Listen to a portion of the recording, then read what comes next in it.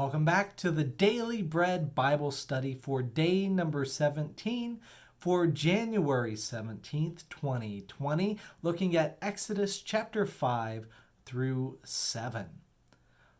So last time we see Moses' birth and call, and we pick it up today with confrontation, the first confrontation with Pharaoh.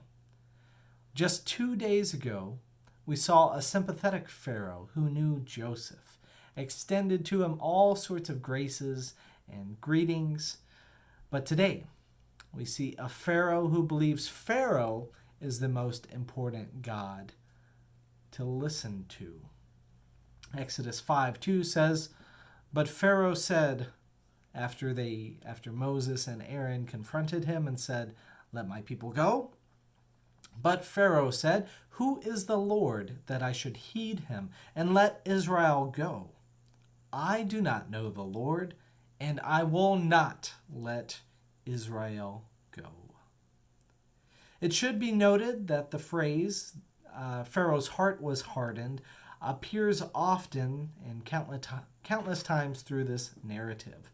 This phrase reveals that God, a couple things, that God is the agent hardening Pharaoh's heart, and that God is using this back and forth battle to reveal God's supremacy.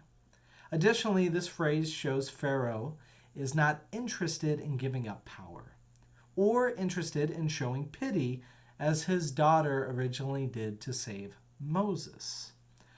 Moses and Aaron ask that they can worship God, and Pharaoh says it is just an excuse to get out of work, and decides to punish them because of it. "You shall no longer give the people straw to make bricks, as before. Let them go and gather straw for themselves. But you shall require of them the same quantity of bricks as they have made previously. Do not diminish it, for they are lazy. And that is why they cry, 'Let us go and offer sacrifices to our God.'" That was Exodus 5:7 through 8. The Israelites plead with Pharaoh to no avail and mark their first complaint against their new leader, Moses. Moses, not appreciating their complaints, cries out to God, asking, "Why did you ever send me? Since I first came to Pharaoh to speak in your name, he has mistreated your people, and you have done nothing to deliver your people." That was Exodus 5:22 through 23. God then recounts the story of Genesis in brief, and the covenant and promises made to Abraham and Isaac and Jacob, and promises to deliver God's people, saying in Exodus 6:6 through 7, "Say therefore to the Israelites, I am the Lord. I will free you from the burdens of the Egyptians and deliver you from slavery to them. I will redeem you with an outstretched hand and mighty acts of judgment. I will take you as my people.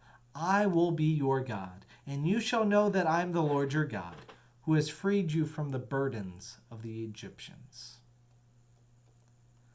So just like most things in this part, God speaks something, and Moses and Aaron act as God's instruments, God's voice to share that with the people. So in verse 9, Moses told this to the Israelites, but they would not listen to Moses because of their broken spirit and their cruel slavery.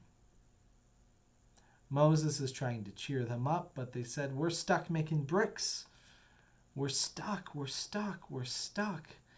And they're trapped in slavery, trapped in a cycle of punishment, and they want nothing to do. They have no interest in listening to Moses at this time. Moses again becomes disheartened, and yet God insists. In verse 13, "Thus the Lord spoke to Moses and Aaron, and gave them orders regarding the Israelites and Pharaoh king of Egypt, charging them to free the Israelites from the land of Egypt." Exodus 6:13. with a break in the narrative of the story, sitting and pondering what this Moses and his older brother sidekick, Aaron, will do. We have a genealogy of Israel and a glimpse of whom and how God will set up the keeping of his promise and the creating of culture around worship. The genealogy goes on, most notably in Exodus 6, verse 19. And the families of the Levites according to their generations. Amram married Jehoabed, his father's sister, and she bore him Aaron and Moses. And the length of Amram's life was 137 years.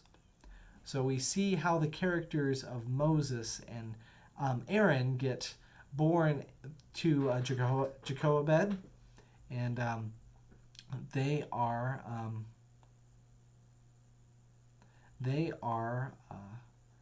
they're a part of the lineage. Jochebed, sorry. Chapter 8 ends by Moses restating his questions to God. Since I am a poor speaker, why would Pharaoh listen to me? Exodus 6:30. And God responds in chapter 7, verse 5. The Egyptians shall know that I am the Lord, when I stretch out my hand against Egypt and bring the Israelites out from among them. God then has Aaron take his staff and throw down his staff to become a snake. Unimpressed, Pharaoh's wise men and magicians pull off the same trick, yet they do that through quote-unquote secret arts, not God-approved arts, not God's way. Aaron's staff then eats their staffs, showing God's dominance over these tricks of these other secret arts. Pharaoh's heart again is hardened, and so God moves to his next example of supremacy, picking it up in Exodus 7, 17 through 18. Thus says the Lord, by this you shall know that I am the Lord. See, with the staff that is in my hand, I will strike the water that is in the Nile, and it shall be turned to blood. The fish in the river shall die, the river itself shall stink, and the Egyptians shall be unable to drink water from the Nile. So Moses and Aaron enact this divine display of power, this thing which is brought upon by Pharaoh's lack of interest in it. And the magicians of Pharaoh again perform this similarly. But because Pharaoh's heart is hardened, Pharaoh is not impressed. It says in verse 23, Pharaoh turned and went into his house. He did not take even this to his heart.